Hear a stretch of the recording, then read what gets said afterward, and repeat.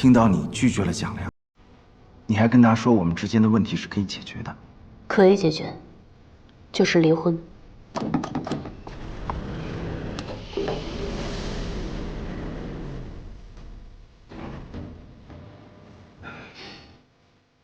沈浩明，我们这段婚姻本来开始的就不体面，只是各取所需。我现在只想你跟我能好聚好散。你不用担心，我答应了你的爸妈，我会把舆情降到最低，我的承诺我会做到的。现在我只希望我们第二次能够顺顺利利的拿到离婚证，请你配合。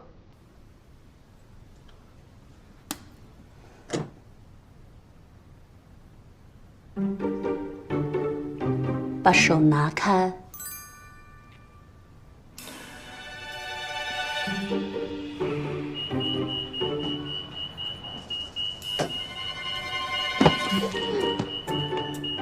不要占用公共资源。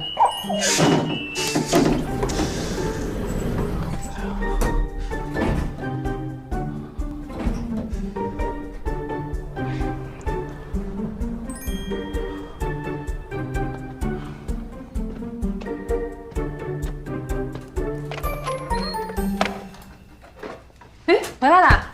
你在啊？哎，今天下班早，过来帮你收拾收拾。水果给你切好了啊，一会儿吃点。谢谢。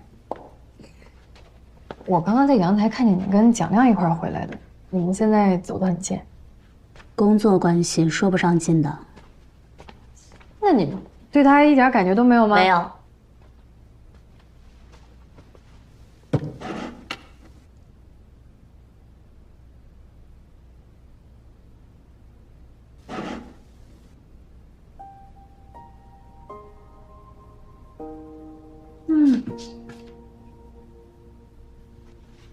那你跟沈浩明呢？什么情况？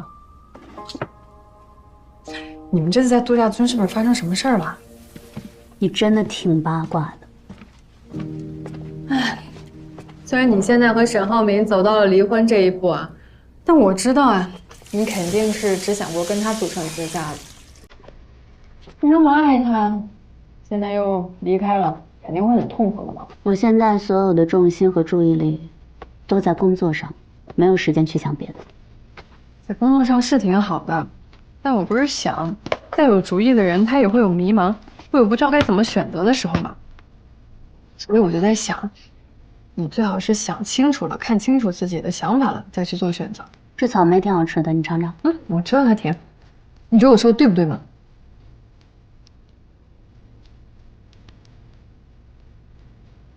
我觉得你说的挺对的。你之前跟我说你有个春日桃花庄，方案做出来了吗？还有啊，你要找2个助理，对不对？那2个助理呢？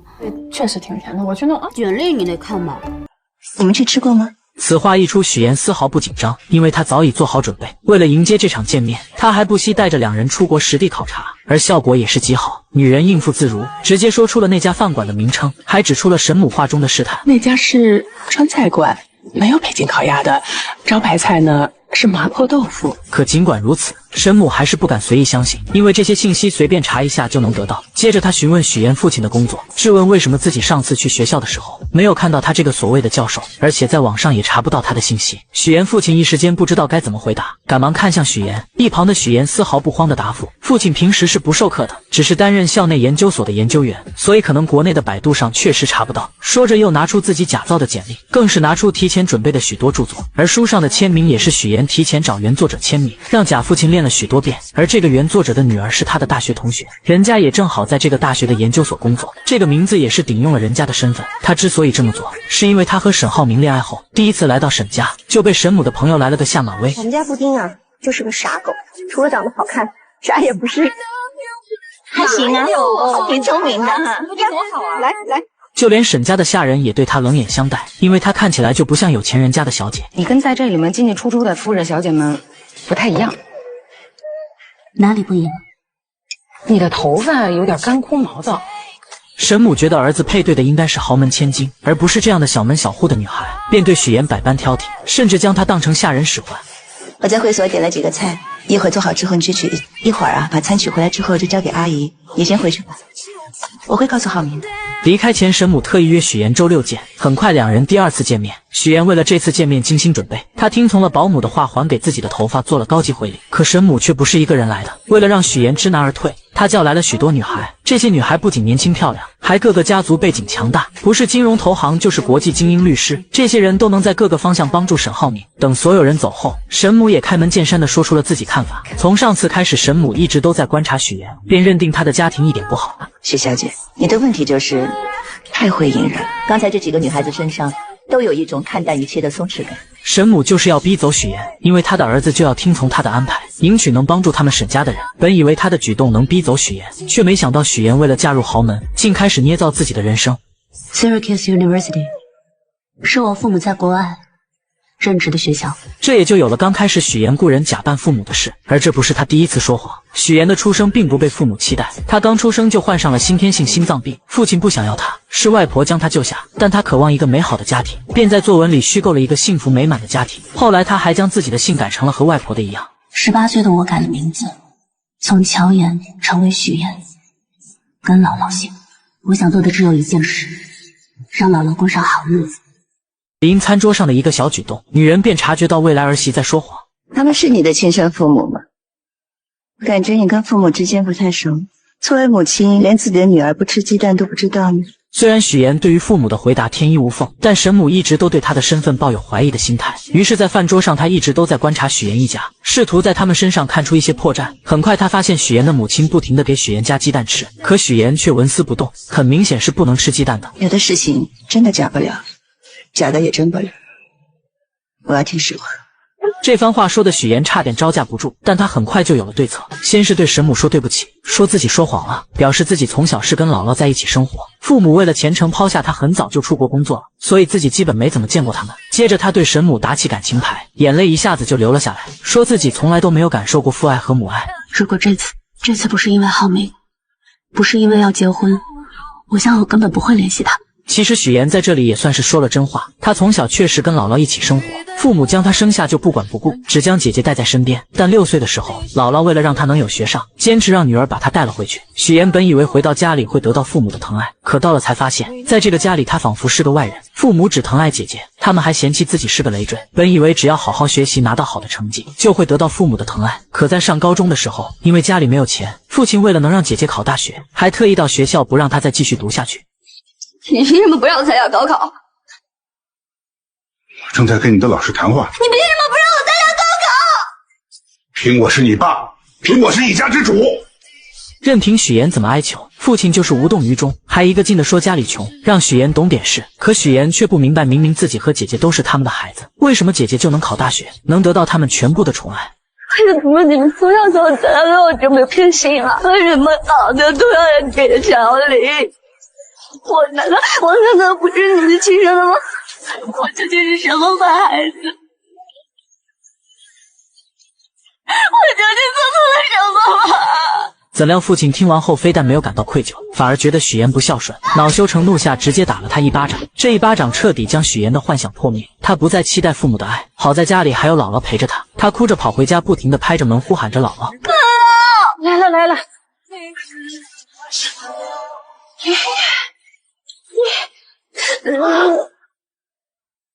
许妍抱着姥姥，发誓一定要让她过上好日子。自此后，许妍一边读书一边打工兼职，毕业后顺利进入了一家电视台当策划，但她的目的是当一名主持人，奈何没有人脉，只能一步一步往上爬。而没有背景的她成为主播的发泄筒。为了保住工作，许妍只能忍气吞声，但很快事情就迎来了转机。在一次采访中，她结识了一名超级富二代沈浩明，男人帅气多金又体贴温柔，见他很冷，直接关掉了空调，宁愿自己热得脱衣服也没有一句怨言。会议结束后，许妍因为发烧直接晕倒了，沈浩明赶忙将她接住。等许妍醒来后，看见了自己手上的卡通创可贴，心里顿时暖暖的。这是许妍除了姥姥以后第一个对她有善意的人，所以不免对眼前的男人产生了别样的感情。刚才护士拔针之后，我怕你继续流血，所以帮你贴了创可贴。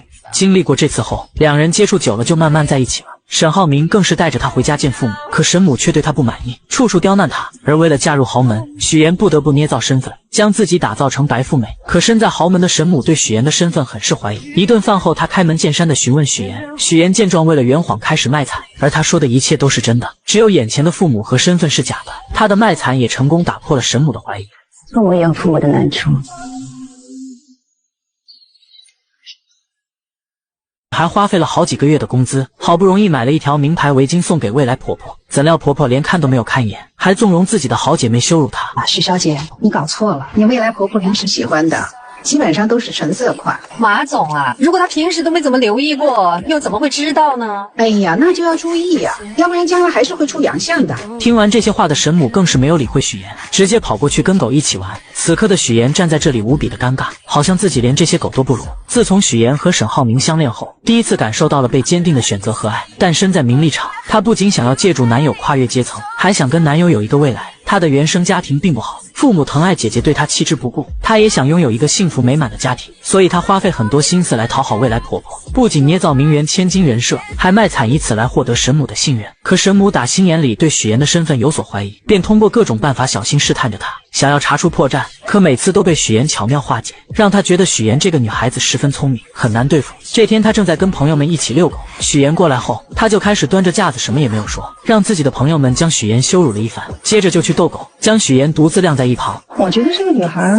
各方面品味都不行，你再考虑考虑，别急着结婚期。而许妍第一次买奢侈品就被嘲笑，对此很是无奈，于是她趁和保姆出去买菜问问她沈家人的爱好，迫切想要从中获取一些信息。可保姆因为上次和她说话被沈母发现，早就被叮嘱过，什么事情都不敢跟许妍说。但这一趟她也没有白来，在保姆口中得知沈浩明之前交过好多女友，但都因为沈母不满意，再加上他那些好姐妹在背后出招，就把这些女孩通通赶走了。许妍一听瞬间明白，要想攻略未来婆婆，就要先融入她这些好姐妹的圈子里。自此后，许妍便开始对这些豪门阔太们马首是瞻，他们在打球，自己就在旁边捡球跑得很欢，根本不知道人家正坐在一旁讨论她。我看这姑娘不显山不漏水的，还挺有成绩。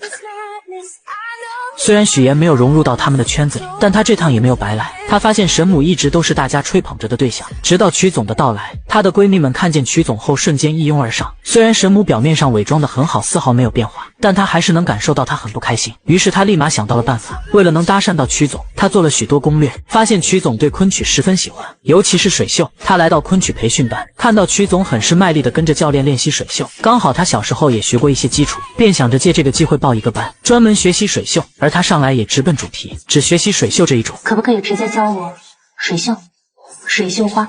哪怕是不吃不睡，多长的时间能练好？最快也得1个月。自此后，许妍很是努力，在教室练习，在家里练习，工作的时候也在练习。功夫不负有心人，她的努力终于被曲总看见。曲总看到这个小姑娘练得很刻苦，而且零基础就很好，忍不住想邀请许妍来参加自己举办的昆曲大赛，还向她请教水袖花的技巧。随着两人相处逐渐熟络，许妍也偷听到她最想要的资源，那就是莱茵国际学校的入学名额。她灵机一动，找到沈母的闺蜜美玲姐帮忙，因为美玲姐有莱茵校董的人脉，而她的丈夫也需要曲总丈夫的投资，所以她建议美玲姐带着校董来参加自己的节目，她则跟曲总牵桥搭线。一切准备就绪后，许妍又找到曲总邀请她参加，告诉她这档节目不仅莱茵校董会去，自己还给她量身定制了昆曲环节，这让曲总很是心动。节目开始后，许妍更是利用节目环节帮助3个各需所需的人建立关系，而这档节目播出后效果也是极好，收视率一路飙升，许妍也拿到自己梦寐以求的主持人位子，而她更是将利益最大化，来到沈家给足沈母面子，给她的好闺蜜们名额上节目，并且将这些好的事情都推给沈母。沈母听完后很是受用，觉得许妍很是有格局，第一次让她坐到自己身边。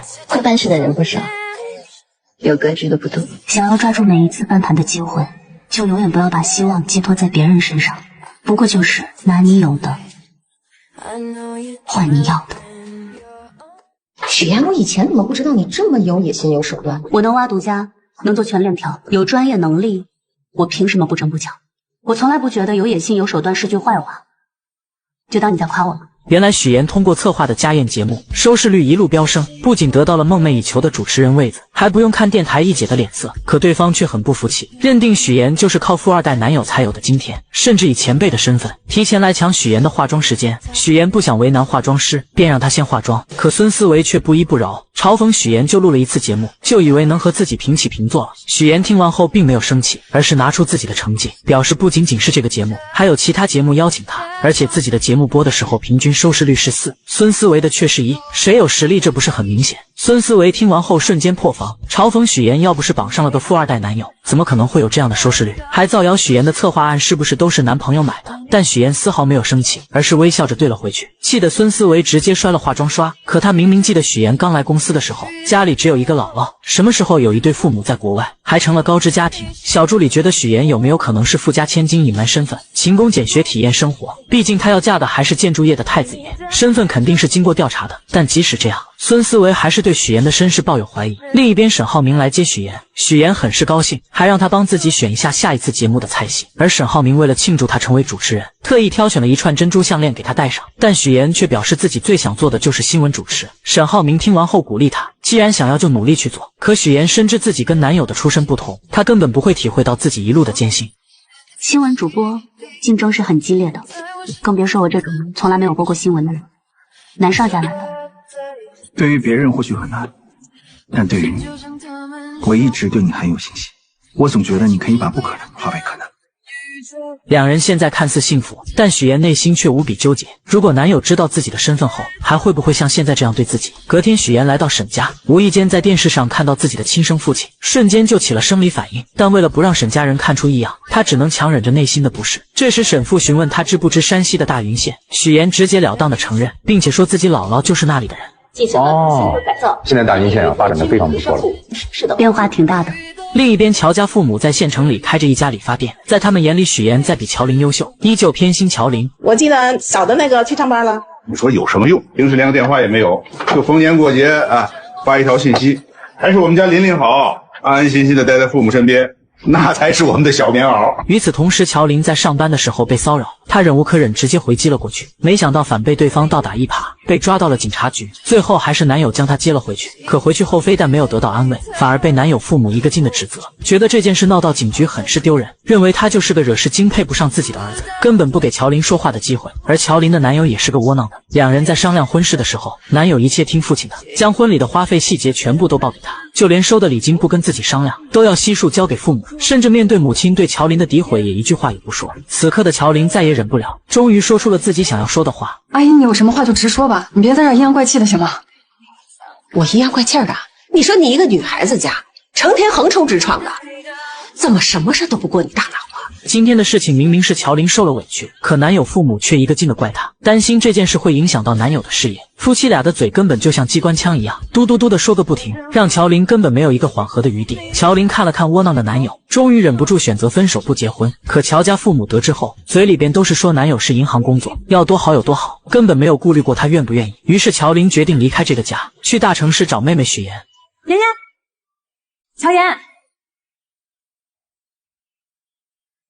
为了成功嫁入豪门，穷女孩将自己伪造成名媛千金。可就在她成功骗过未来公婆，即将和男友结婚的时候，乡下的亲姐姐却找了过来。妍妍，乔妍。乔林很高兴能再次见到妹妹，可许妍压根不想见到她。她现在只想先把乔林支走，因为男友马上就要过来接自己了。但乔林拉着她就往外走，可越不希望什么就越来什么。两人刚走出去，就迎面撞上了沈浩明。妹妹好。这位是？我是你的表姐。他来找我。乔林没想到妹妹竟然告诉男友自己是她的表姐，但她并没有当面拆穿。随后许妍将沈浩明支走后，带着乔林来到酒店。乔林再也忍不住质问许妍，为什么不跟男友说自己是她的亲姐姐？我和姥姥落在一个户口本上，我姓许，不姓乔，所以从一开始你就应该知道，我的亲人只有姥姥。乔林听到妹妹说的那些话，心里不伤心是假的，但他是既得利者，根本不知道许妍这么多年来所受的苦难。在他眼里，许妍就是乔家的一份子，是他的亲妹妹。可自从乔家父母将所有宠爱都给了他后，许妍就不再对那个家抱有希望了。而乔琳也没有想到妹妹会对自己这么抵触，要是知道，她说什么也不会过来找她。现在没有外人在，许妍也懒得装，直接说明自己并不欢迎这个姐姐的到来。如果她只是待几天就走的话，自己能做到现在这样已经仁至义尽了。希望乔琳能够识趣自行离开，因为她没有义务照顾这个不是亲的姐姐。说完就走了，但临走前再次强调了自己现在姓许，我姓许，许妍。乔琳听到妹妹说这些话很是震惊，心里边就以为她是绑上了有钱的男朋友，想要赶紧撇清自己这个贫穷的亲戚。下了电梯后，许妍给姐姐转了1万用作这几天的开销，乔琳二话不说心安理得的收下了。在回去的路上，许妍想起小时候的事情，她的出生就不被期待，父母生完姐姐后想要再生个男孩，可自己偏偏是个女孩，还患有先天性心脏病，父亲嫌她是个累赘不想要，是姥姥一把屎一把尿将她带到了6岁。后来因为到了上小学的年纪，爸妈迫不得已才把她给接了回去。就在她以为能得到爸妈的宠爱时，看到的却是他们对姐姐的爱。家里煤气罐没有关闭，姐姐和自己都晕倒了，但是爸爸却选择救姐姐。之后也发现了自己在这个家里是多余的，为了能生活下去，他变得乖巧懂事，学习成绩也是学校最优秀的。但是爸爸却因为家里困难不让自己参加高考，甚至把家里的那份钱供给姐姐复读考大学。许妍真的忍不住了，觉得爸爸根本就不爱自己。我究竟做错了什么吗？我不明白，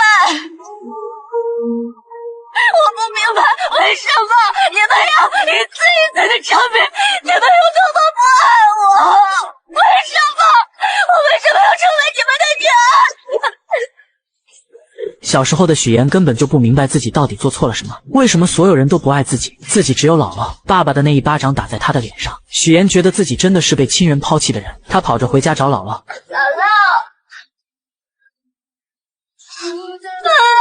姥姥，来了。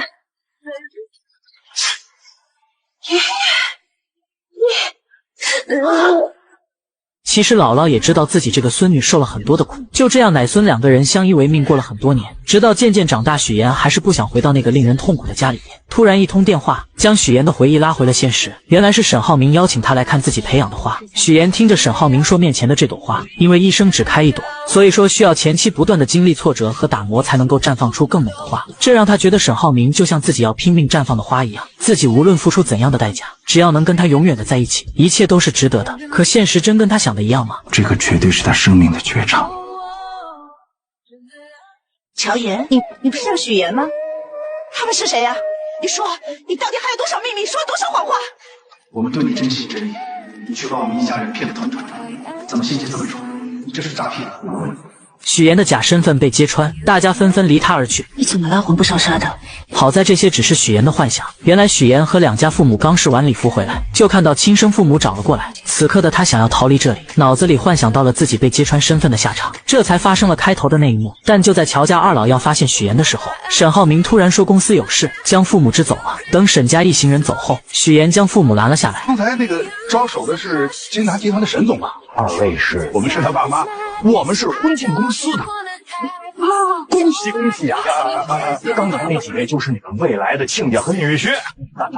2口子听完后不敢置信，女儿竟然要嫁给金达集团的太子爷。许妍对2人已经不抱希望，她直截了当说自己马上就要结婚了，但不打算邀请他们参加。乔母气急之下怒骂姐妹俩，一个要悔婚，一个要结婚，都不跟他们商量，是当他们做父母的不存在吗？乔爸更是指责许妍现在要嫁给有钱人了，就瞧不起亲生父母了吗？可许妍根本不想理会他们，只是说她和姥姥在一个户口本上，只有姥姥才是自己的亲人。乔爸从来没有考虑过到底因为什么女儿会变成现在这样，只是一味的站在道德的最高点上指责许妍，最后更是表示自己就当没有她这个女儿。许妍对此早已麻木，姐姐悔婚跑出来，他们就能包容专门来一趟接她回去，看她住在群租房就心疼的让她回去，担心她没学历没背景没人脉，在大城市里活不下去，甚至支持她回去考公务员。可他们从来没有想过独自在大城市打拼的许妍来了后也只是一味的指责，没有关心她一个人是怎么过来的。你妹妹有男朋友了，你们知道？没给我提，他连要结婚了都不打算请我们。结婚？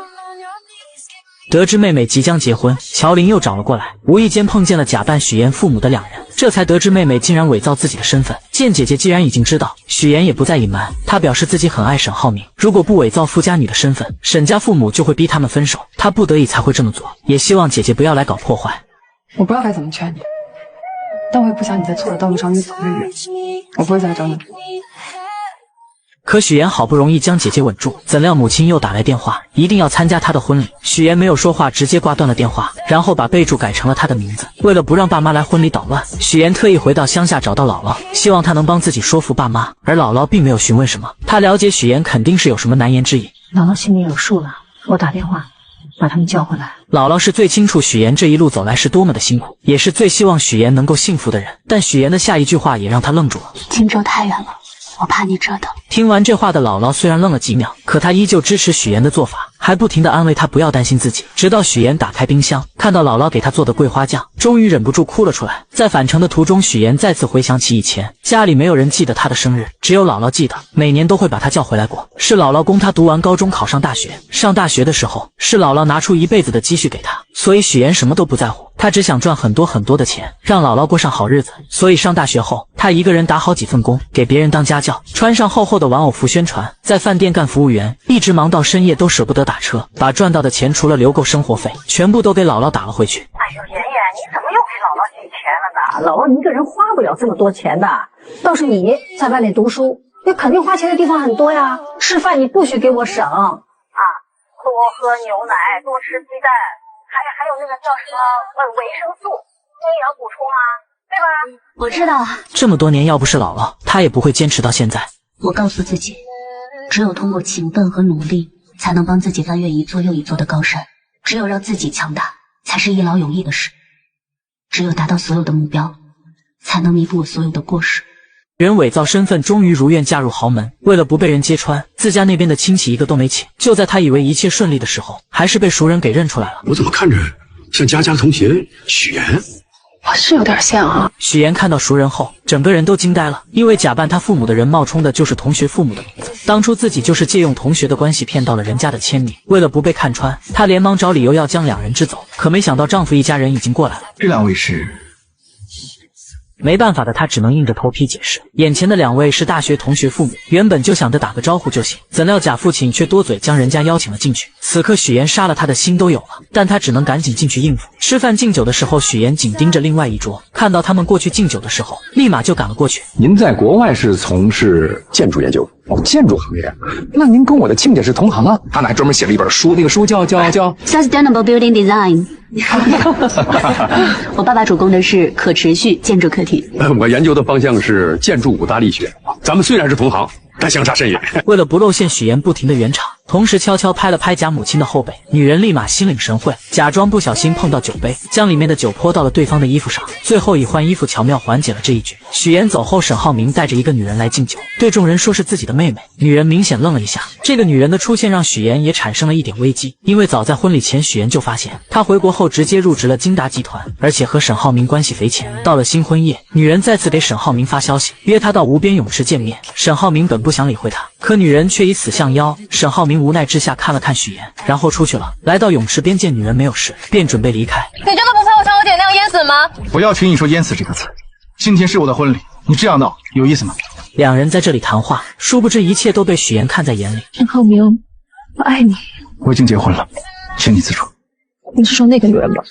你别以为她是什么纯情小白兔，她一见面就跟我装亲热装姐妹，不就是想知道我们什么关系吗？许妍就这样默默看着女人对沈浩明表白，脸色很是平静。隔天，沈浩明和许妍准备去度蜜月，白莲花又出来恶心许妍，说以前沈浩明带着她去过好多地方，吃过好多餐厅。许妍丝毫不示弱，直接反击回去。你浩明哥还带你去过哪些地方？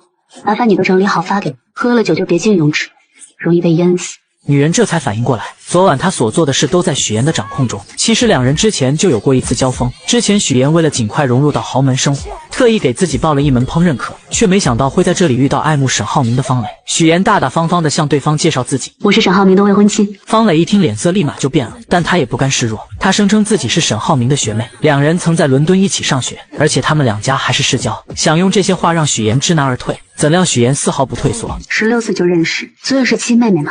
不仅如此，许妍还主动跟他请教厨艺，结束后以感谢为名请他吃了顿饭。但方磊不会放过每一个可以刺激许妍的机会。在饭桌上，方磊表示他一回国，浩明哥就将自己安排进了他的项目里，还对他照顾有加。那你把工作做好，就不会麻烦他了，对不对？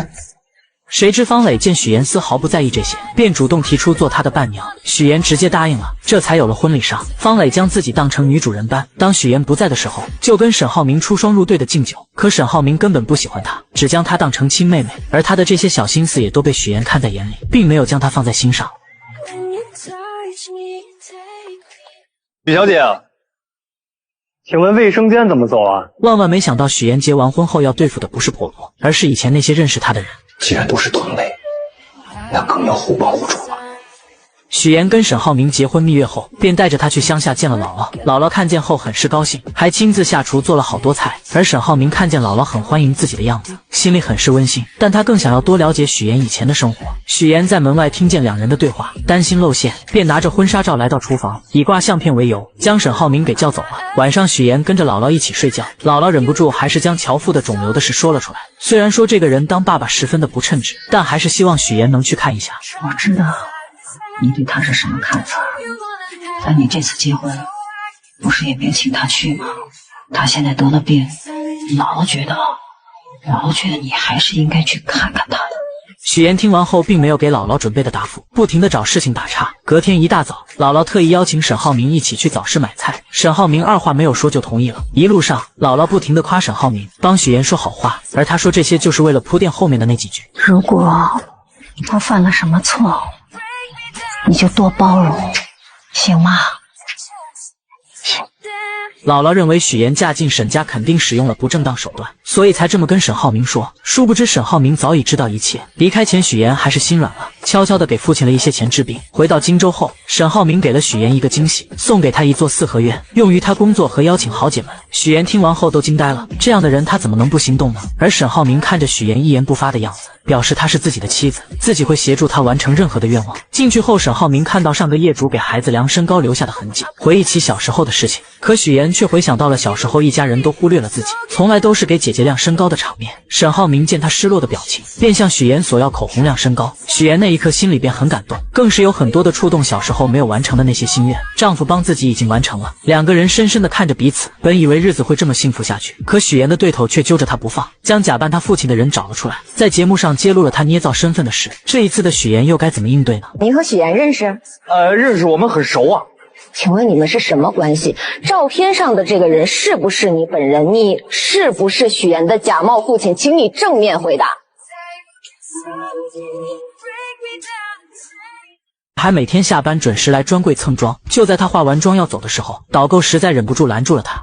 你要不把你刚刚试的这些挑一个买了吧？为啥呀？我用的都是试用装。一周啦，姐姐，这外面不管是刮大风还是下大雨呢，您都会在下午5点钟准时来到这里蹭妆，还不知道的以为你在这上班打卡呢。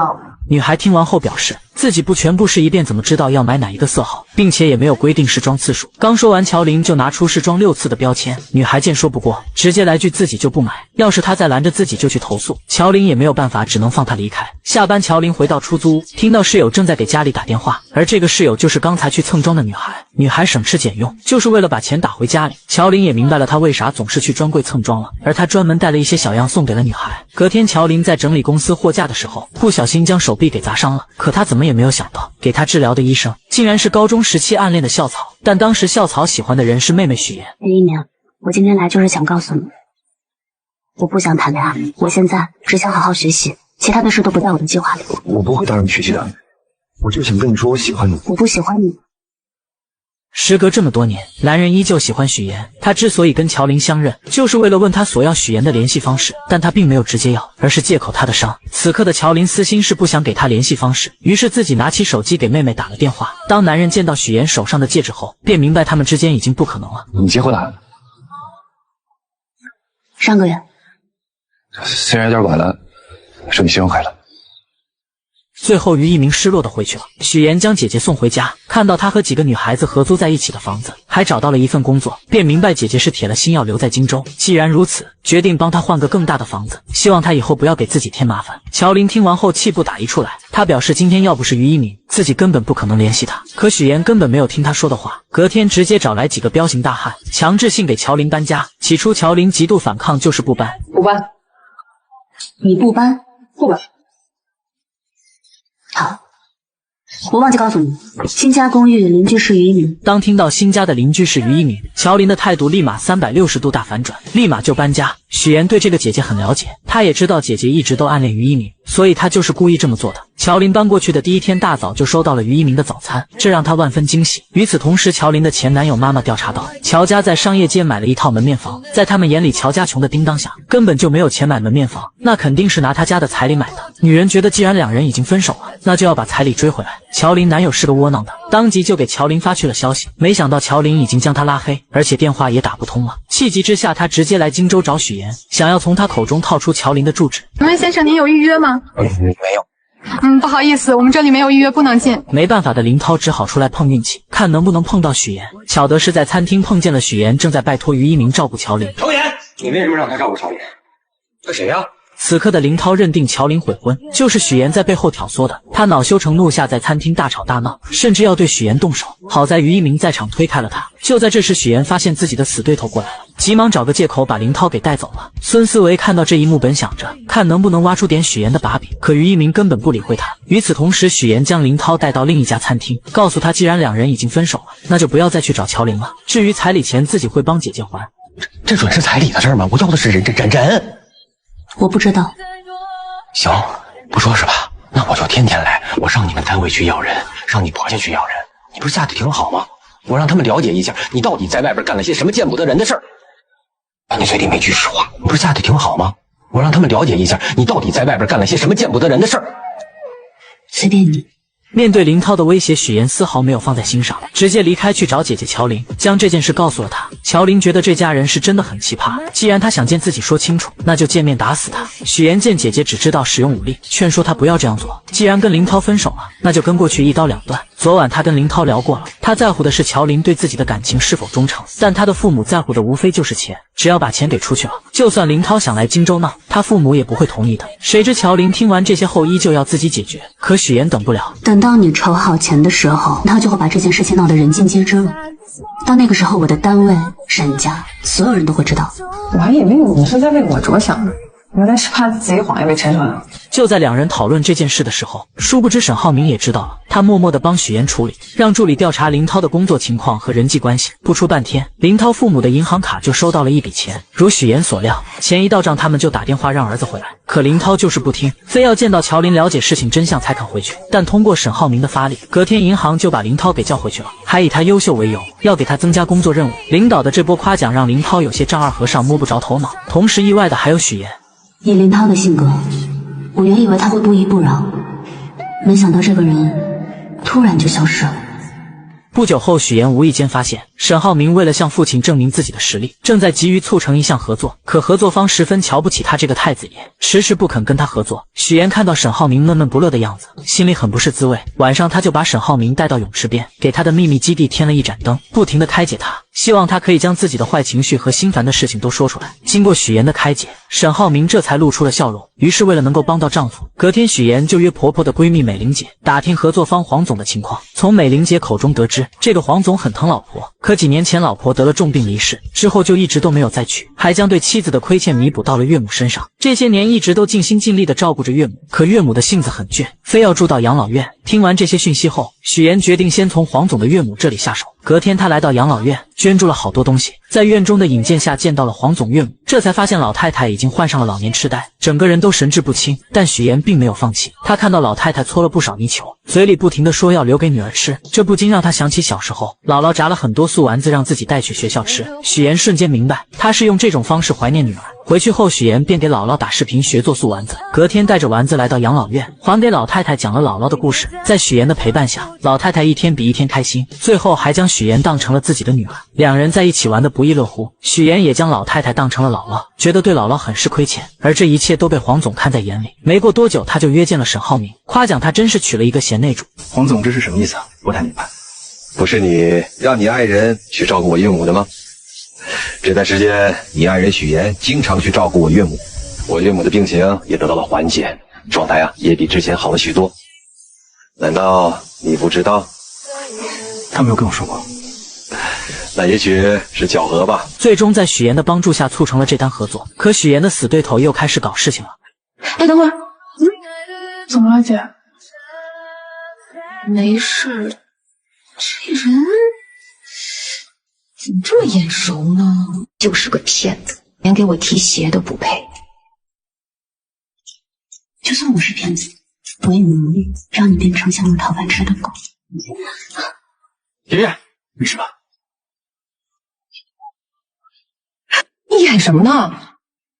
原来许岩的死对头孙思维无意间在听到最近有一篇报道，一个女子接连骗了3个男人结婚，以这种方式骗取天价彩礼，被警方抓获后，新闻还特地报道了一下。孙思维看了看报道，突然觉得照片里有一个男的很是眼熟，仔细一想，觉得跟许岩的爸妈很像，于是他觉得许岩刚开始来的时候，只是说家里边只有一个姥姥，什么时候又有了个在国外的父亲，肯定是在说谎，说不定他的背景身份都是假的，也是像报道中的女人一样捏造身份嫁入豪门，也觉得这是扳倒许岩的一个绝佳的好办法。而为了验证自己的想法，他找到领导，以参考婚礼为由，从他手里骗到了婚礼照片，随后回到工位上，再三比对了照片，确定2人就是同一个人，心中窃喜不已。为保证万无一失，他带着小助理找到假扮许岩父亲的高亮杰，威胁他配合自己，想着在台里推举财经主播的时候给许岩致命一击。一切准备就绪后，他来到许岩面前，说了许多奇奇怪怪的话。你放心，我的这个样片绝对真实，而且足够震撼。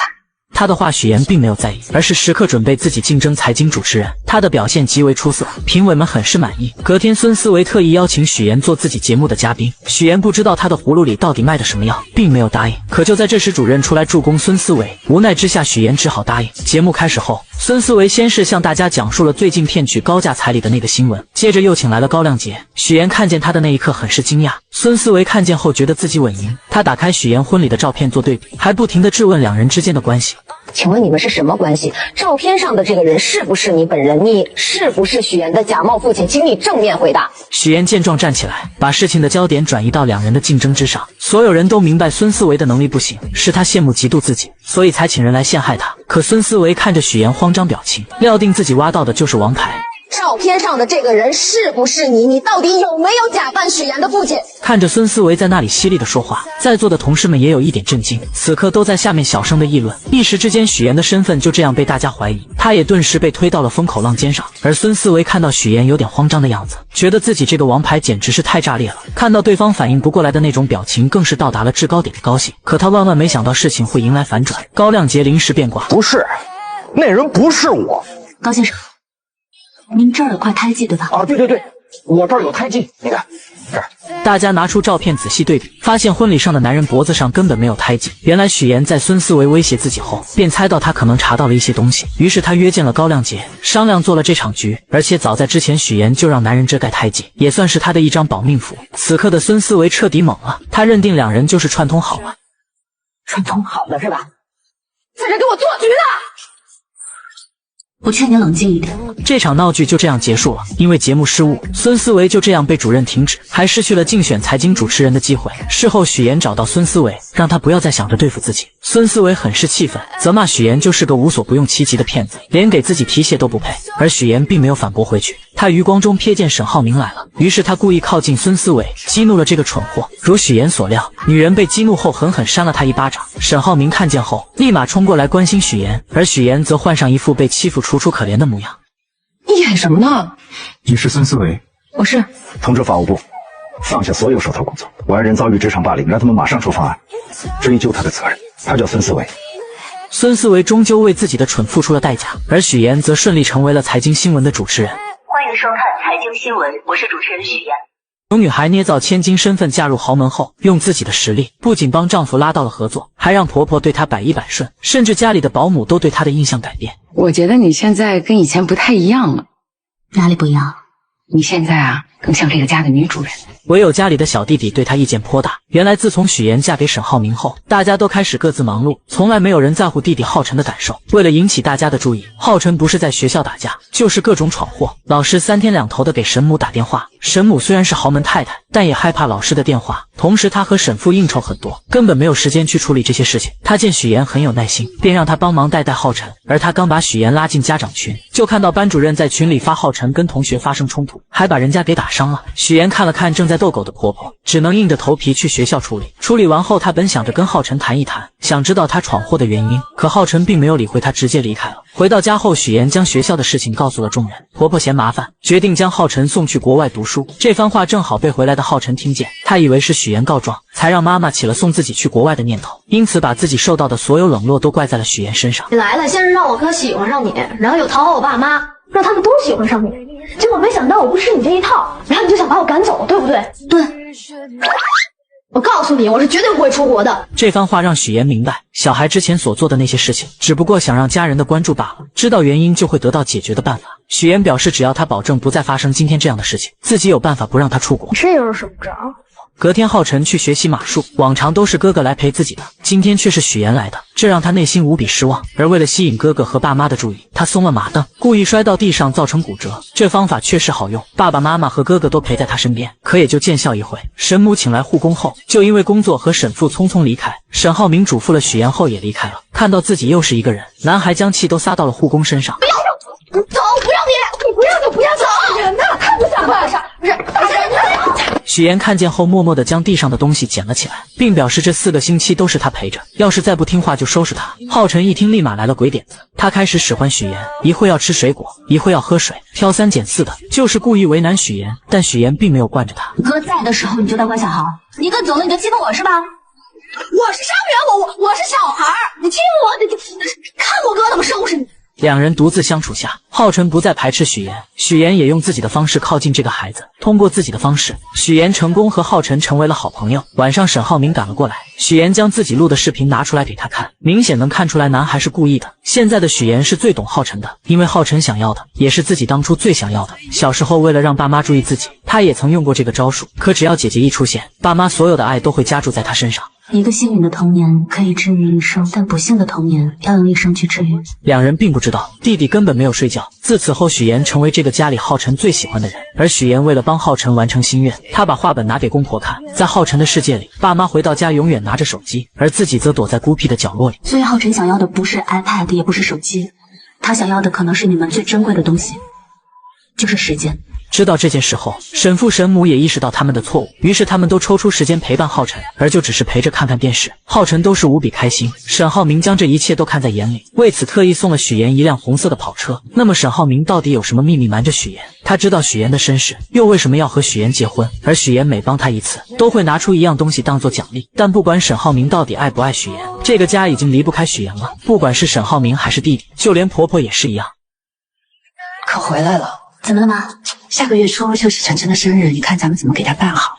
他喜欢你，你想个主题，他肯定喜欢。我想想，事情交给你，妈去放心。如果你还不配合我，我真的不能保证接下来会说什么。小燕来了，贪图富贵，利欲熏心，为了嫁入豪门，连做人的底线都不要了。我现在就去找沈家，跟他们说清楚。自从许妍当上财经新闻的主持人后，全家人都围在电视剧前看她。婆婆为此还特意挑选了一套珠宝送给她。此刻的许妍第一次感受到了久违的幸福，可就在她以为这种幸福会一直持续下去的时候，突然出现了一个不速之客。楼下大厅有一个姓周的先生找你。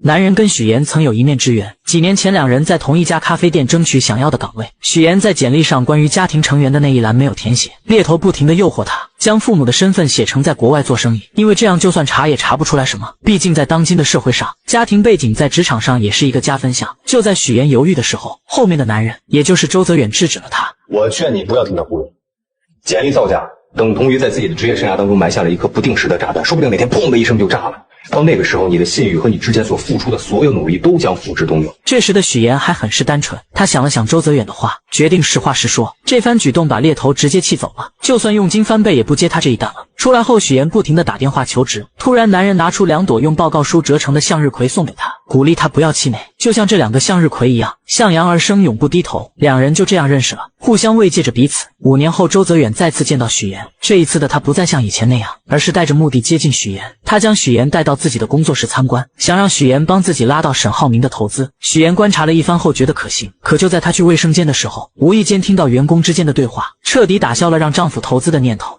我现在接的活特别轻松，网站一做啥也不干，一天500的，比你在剧组轻松多了。哎，要不你也过来吧？这不点人，就是一家皮包公司，为了验证这番说法，许岩来到大厅试探，让员工展示一下公司的项目。怎料男人听完后脸色大变，慌乱地找着各种理由不打开电脑。身后的客户也装模作样，实际上电话线根本没有接通。再翻了翻桌子上的文件，全部都是空白的。许岩瞬间明白周泽远搞皮包公司骗钱，于是再次见到他，果断拒绝了他的要求。怎料周泽远早已做好了万全的准备，他以许岩的真实身份作为要挟。有一个道理你一定明白，那就是有些事情无论你再怎么努力，它都改变不了。就像我们这种赤身裸体的人，必须要给自己加上一件高贵的衣服。既然都是同类，那更要互帮互助了。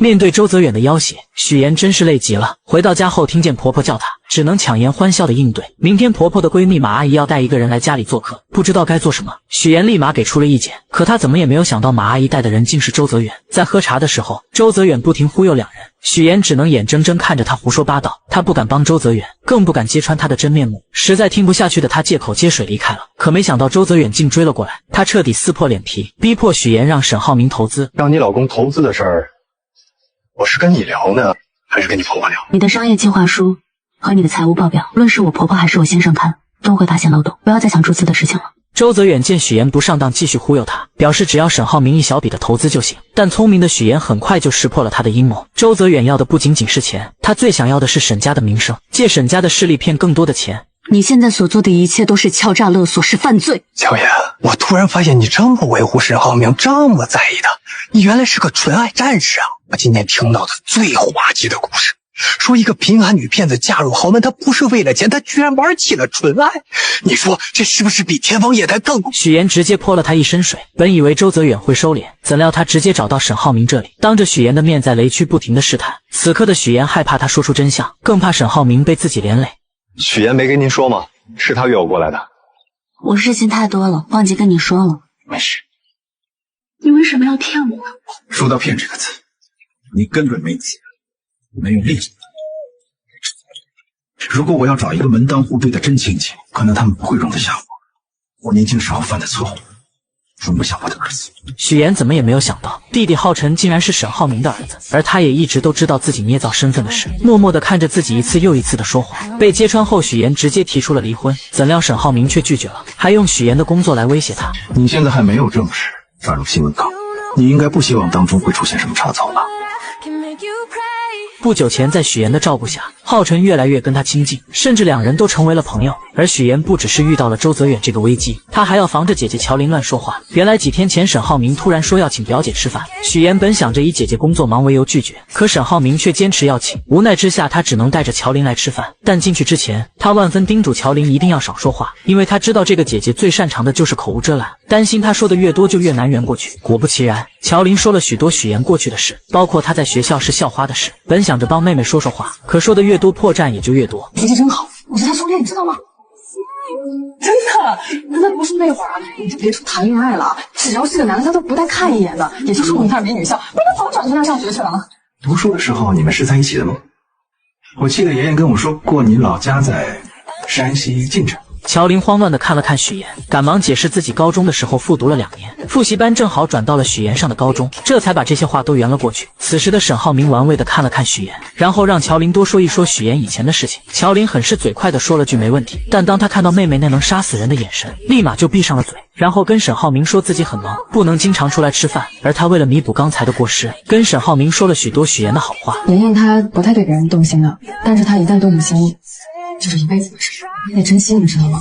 这些话沈浩明并没有放在心上，因为狼来了的故事只要发生一次，他就会充满戒心。在他眼里，许岩嫁给他是为了地位和财富，什么所谓的真情，身为豪门少爷的他根本不信。可许岩却正好相反，他是因为爱沈浩明才选择说谎捏造身份，两人的立场不同，导致许岩得知真相后伤心提出离婚。吃完饭后，乔琳不停地看着许岩。来之前，乔琳咨询过律师，以许岩现在这种情况，即使以后身份暴露了，沈浩明只要是真心爱他的话，也是不用负任何法律责任的。许岩听完后心里便有些高兴，没想到乔琳也会考虑自己。两人就这样漫无目的地走在大街上，突然许岩看到旁边坐在一起听歌的2个女孩，想起小时候放学他经常会盯着 MP3 看，但因为懂事从来都没有主动跟父母提过。乔琳发现后直接将自己的送给了他，姐妹俩就这样一起听着歌回家了。现在长大了，虽然说姐姐有些没心没肺的，但还是想着自己。许岩就是这样一个纠结的人，他不想被原生家庭困住，但只要他们对他好一点，他都会释怀以前的痛苦。爸妈从小就宠爱姐姐不理他，可听到爸爸得病了，还是会留下一笔钱让他治病。密码设置的还是乔林的生日，是因为爸妈从来没有给他过生日，肯定不知道他的生日日期。姐姐来到荆州，表面上很烦他，让他回去，但看到他住在拥挤的出租屋，立马就给他换了大房子，还准备了生活用品，甚至将房子租到了他喜欢的人隔壁。网上有些言论说许妍是恶女，这个观点我并不认同。我们许妍可是个心地善良的好宝宝。很快乔林的工作也上了一个台阶，公司想要选择人去总部加入销售团队。乔林因为化妆技术和销量第一，所以在这个候选名单之内。本来说乔林对自己也是十分有自信的，但是听到领导说自己学历太低这件事，觉得确实是自己的短板，便想要抓紧有限的时间来提高学历。乔林知道学习是自己一直十分头疼的事情，于是他找到于一鸣帮忙，于一鸣很是爽快地答应了，这也大大加快了两人的感情发展。其实你们姐妹两个脾气挺像的，都很倔，明明心里互相关心对方，就是不能好好坐下来聊一聊。真希望你俩有一天能敞开心扉，不需要我这个折腾。我们把你养了这么多年，你不能把你现在的错误栽在父母的头上。不会的，你们不会知道你们做错了什么。自从许妍得知周泽远办皮包公司骗投资后，便拒绝了与他合作，因为他明白，虽然周泽远只让沈浩明投资一小笔不起眼的钱，但他的目的却是借着沈家的势力去骗更多的人。可周泽远又怎肯轻易罢休？他将许妍不肯帮忙，直接来到沈浩明面前，不停地提起许妍的假父母，试图让他说服沈浩明投资他的公司。但他心里的那点小九九早就被老谋深算的沈浩明看清，他并没有继续和这个骗子谈下去。谁知周泽远又找到许妍，直接撕破那虚伪的嘴脸。如果你还不配合我真的不能保证接下来会说什么。